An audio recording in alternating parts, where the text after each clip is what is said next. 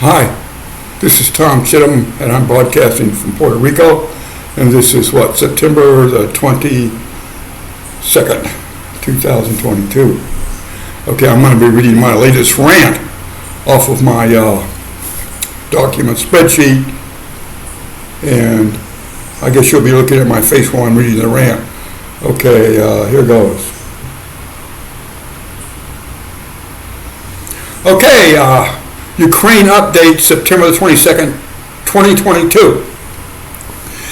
Here's what the newspaper headline should have been after the two recent Ukrainian offensive around Kherson and Kharkiv. Quote, mass Ukrainian banzai suicide attacks break into Russian artillery ranges. Russians open fire when they recover from rolling on the ground and laughing, unquote.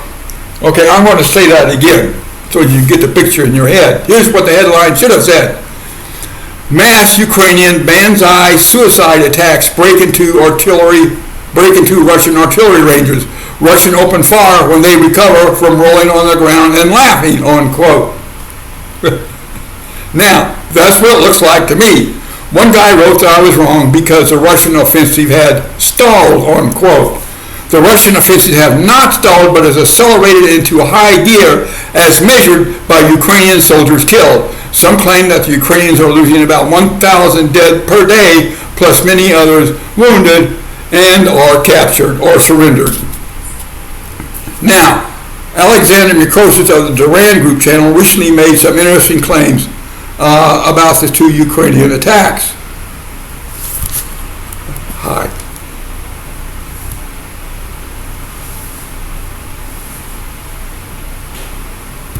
Come on, here it is. Sorry, I had a glitch there, fellas. Alexander Mikrosis of the Duran Group channel recently made some interesting claims about these two Ukrainian attacks. The first thing he said was the attacks were made with about 30,000 men total who were the entire Ukrainian reserve force. If true, then Ukraine has rolled the dice on an all or nothing bet that they knew would fail. I say that no matter what the outcomes of these so-called attacks, they have stripped Ukraine of this reserve force, all of it.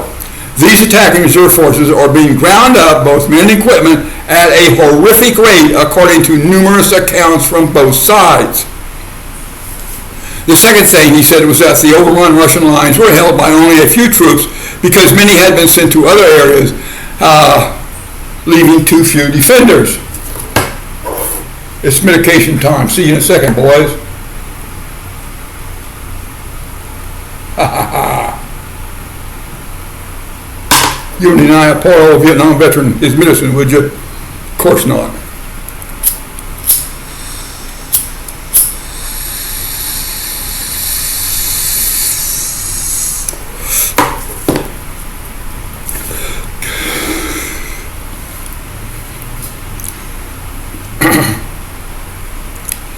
The second thing he said was that the overrun Russian lines were held by only a few troops because many had been sent to other areas, leaving too few defenders. This claim appears to be true because many other channels have mentioned it. I mention it because recent events have led the usual flag-waving YouTube dumbasses to believe that the Ukrainians can now punch through Russian lines and armies routinely.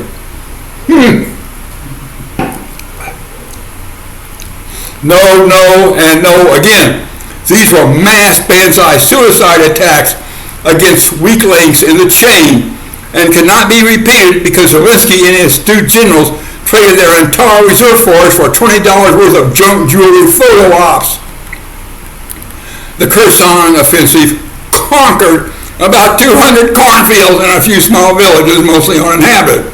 Ukrainian troops not killed in the initial assault are now driving around in circles like ducks in a shooting gallery and taking selfies while their gas gauges and ammo stocks sink daily. The Russians blew up their resupply pontoon bridges and are blasting survivors with almost non-stop artillery barrages.